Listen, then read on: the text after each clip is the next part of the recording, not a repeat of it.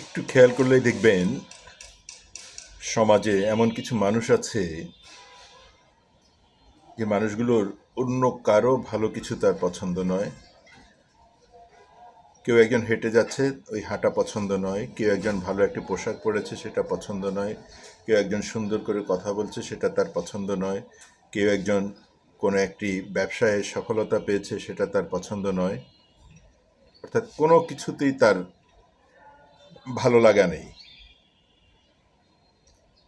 অন্যের কোনো সফলতাই তার ভিতরে আনন্দ দেয় না, বরং যন্ত্রণা তৈরি হয়, জ্বালা তৈরি হয়, বিরক্তি তৈরি হয়।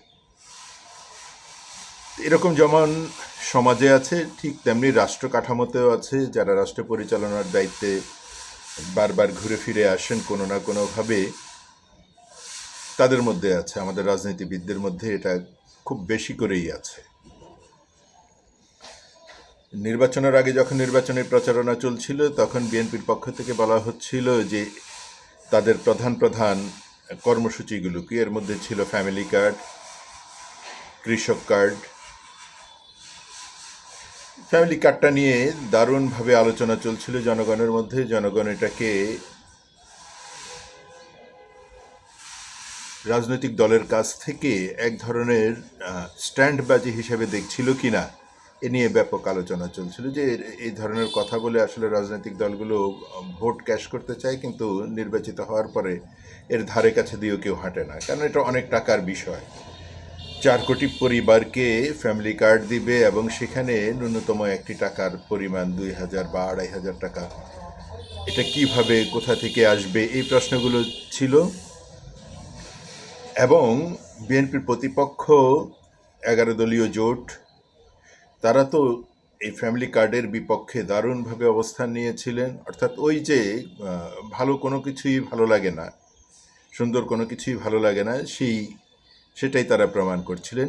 এবং 11 দলীয় জোটের একদম শীর্ষ নেতা, উনি তো তুই তোকারি করে রাগ তোর ফ্যামিলি কার্ড বলে ফেলেছিলেন। একজন 70 ঊর্ধ্ব দেশের প্রবীণ রাজনীতিবিদ তার বিপক্ষ দলের প্রধানের একটি কর্মসূচিকে তুই তোকারি করে তিরস্কার করার সংস্কৃতি আমাদের এখানে খুব একটা ছিল না। 18 বছরে এটা ঘুরে ফিরে এসেছে। আমাদের নতুন বন্দোবস্তের দাবিদাররা, ইনসাফের দাবিদাররা, ন্যায়ের দাবিদাররা, আল্লাহর আইন, সৎলোকের শাসন কায়েম করার দাবিদারদের মুখ থেকে আমরা এই তুই তোকারি এবং গালিগালাজ, খিস্তি খেউর এগুলো শুনছি অনবরত। জনগণ বিশ্বাস করেছে, জনগণ তারেক রহমানের কথা, বিএনপির কথা বিশ্বাস করেছে। ফ্যামিলি কার্ডের উপর তারা আস্থা রেখেছে। জনগণ বিপুল ভোটে বিএনপিকে ভোট দিয়েছে এবং বিপুল ভোটে ভোট দেওয়ার কারণে জনগণকে দেওয়া প্রতিশ্রুতি বাস্তবায়নের জন্য দলটি 1 মাসের কম সময়ের মধ্যেই ফ্যামিলি কার্ড বাস্তবায়ন ঘটিয়েছে। প্রাথমিকভাবে পাইলট প্রজেক্ট হিসেবে 37,000 পরিবারের কাছে গতকালকেই দেশের বিভিন্ন প্রান্তে এই ফ্যামিলি কার্ড পৌঁছে গেছে। তাদের হাতে রাষ্ট্র থেকে 2,500 টাকা করে অনুদান দেয়া হয়েছে।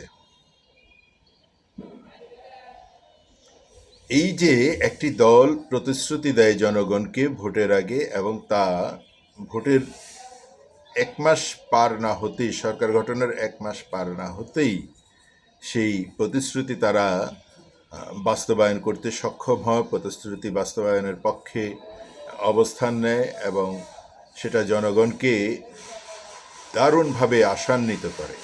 যে প্রধানমন্ত্রী বিলাসিতা পরিহার করছেন, যে প্রধানমন্ত্রী সময় মতো অফিসে আসছেন, যে প্রধানমন্ত্রী ট্রাফিক জ্যামে আটকে থাকছেন, হুইসেল বাজিয়ে সমস্ত জনগণকে আতঙ্কিত করে এক সাইডে চাপিয়ে দিয়ে নিজে রাজার ভেসে চলে যাচ্ছেন না, বরং জনগণের সাথে থেকে উনি অনুধাবন করছেন আসলে সমস্যাগুলো কোথায় এবং কিভাবে এই সমস্যার সমাধান করতে হবে। এবং সেই প্রধানমন্ত্রীকে ট্রাফিক জ্যামের মধ্যেই দেশের প্রান্তিক জনগোষ্ঠী পেয়ে তার কাছে আবদার করেন ইফতারি খাওয়ার। জনগণের প্রধানমন্ত্রী জনগণের এই আবদারকে হাসি মুখে মেনে নিয়ে, গ্রহণ করে, আনন্দিত চিত্তে গ্রহণ করে তাদেরকে একটি বিলাসবহুল হোটেলে নিয়ে ইফতারের ব্যবস্থা করে দেয়া, ইফতার খাওয়ানোর ব্যবস্থা করে দেয়া, এগুলো আসলে কতটা ভালো লাগবে? যারা ফ্যামিলি কার্ডকেই গ্রহণ করতে পারছে না, তারা জনগণের প্রধানমন্ত্রীকে কিভাবে গ্রহণ করবে? জনগণের স্বাদ ইচ্ছা পূরণ করার যে চেষ্টা, সেই চেষ্টাটাকে তারা ভালোভাবে কিভাবে গ্রহণ করবে? তাদের মুখে তো শুধু বকাঝকা ছড়া আর কিছু নেই, তাদের মুখে তো ভালোর প্রতিযোগিতা নেই। বিএনপি যদি ফ্যামিলি কার্ড দেয় 4 কোটি মানুষকে, আপনারা 10 কোটি মানুষের কাছে আপনারা পৌঁছে দেন। 4 কোটি ফ্যামিলিকে দেবে বিএনপি, আপনারা 10 কোটি মানুষের কাছে পৌঁছে দেন। আপনারা প্রতিটা মানুষকে আরও সুযোগ সুবিধা দেন।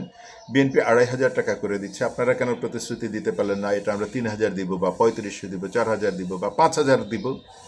এটা কেন বলতে পারলেন না? সুন্দরের প্রতিযোগিতা কেন করতে পারলেন না? ভালোর প্রতিযোগিতা কেন হচ্ছে না? প্রধানমন্ত্রী এক পোশাকে সকাল থেকে রাত পর্যন্ত উনি ডিউটি করছেন, উনি ওনার ব্যক্তিগত গাড়ি ব্যবহার করছেন, প্রোটোকলের গাড়ি কমিয়ে দিয়েছেন। প্রধানমন্ত্রীর বিদেশ সফরের সময় যেই বিশাল মন্ত্রীবহরের লর্ডবহর তাকে বিদায় জানানোর জন্য এয়ারপোর্ট যেত, এবং আসলে পরে ওনাকে অভ্যর্থনা জানানোর জন্য বিশাল লর্ডবহর এয়ারপোর্টে যেত, এগুলো উনি নিষেধ করে দিয়েছেন। বলেছেন এত কিছুর দরকার হবে না, এত কিছু খরচ করার দরকার হবে না। এই যে দেশের জনগণের টাকা খরচ না করার যে মানসিকতা একজন মানুষের ভেতরে প্রবেশ করে, এতে বোঝা যায় জনগণের প্রতি তার দরদ, তার ভালোবাসা। প্রধানমন্ত্রী যা খরচ করছেন বা সরকার যা খরচ করছেন, সরকারের নিজস্ব কোনো অস্তিত্ব নেই। সরকার হচ্ছে আমাদের দ্বারা নির্বাচিত মানুষগুলো গিয়ে সরকার গঠন করেছে, আমরা তাদেরকে সরকার গঠন করার দায়িত্ব দিয়েছি, তারা দেশ পরিচালনা করছে, আমাদের কথাগুলোই তারা বাস্তবায়ন করছে। আমরা যে খরচটা তাদেরকে করার জন্য দিচ্ছি বিভিন্ন ট্যাক্সের মাধ্যমে, সরকারকে যে টাকাটা দিচ্ছি, সরকার সেটা খরচ করছে। সুতরাং সরকার প্রধান এখানে হিসাব করে দেখছে যে জনগণের এই টাকাটা সর্বোত্তম ব্যবহার কোথায় করা যায়। জনগণের এই টাকাটা আমি শুধু আমার আসা যাওয়ার ভোগবিলাসের মধ্যে আমি খরচ করলে তো হবে না, বরং জনগণ এখান থেকে কিভাবে উপকৃত হবে সেই চেষ্টাটা সরকার প্রধান হিসেবে করছে। এবং এখানে অনেক মন্ত্রী চাক বা না চাক, তার ভিতরের ইচ্ছাটা হয়তো বা একটু ভোগবিলাসিতা করা, অথবা অন্যদেরকে একটু দেখিয়ে দেওয়ার বিষয়ে, দেখো আমি মন্ত্রী হয়েছি, তুমি তো পারো নাই। এটা কিন্তু ভিতরে থেকে যেতে পারে, একজন মানুষ হিসাবে এটা থেকে যাওয়া অসম্ভব কিছু না। মানুষের ভিতরে এরকম রূঢ় কিছু চরিত্র থেকে যায়। তারপরও সরকার প্রধান যখন এরকম একটি কঠোর অবস্থান নেন, 9টার মধ্যে উনি যখন অফিসে পৌঁছে যান, উনি যখন ওনার ব্যক্তিগত বিলাসিতাগুলো পরিহার করেন, তখন অন্যরা মন্ত্রীরা কিন্তু এগুলো আর দেখানোর মতো সুযোগ থাকে না, তাকেও বাধ্য হয়ে সরকার প্রধানের পথে অনুসরণ করতে হয়। সুন্দর দেখে সুন্দরের জ্বালা পোড়ায় যন্ত্রণায় অস্থির হয়ে যান, সুন্দরের প্রতিযোগিতায় আসুন, আপনি আরও বেশি সুন্দর কিছু করার চেষ্টা করুন।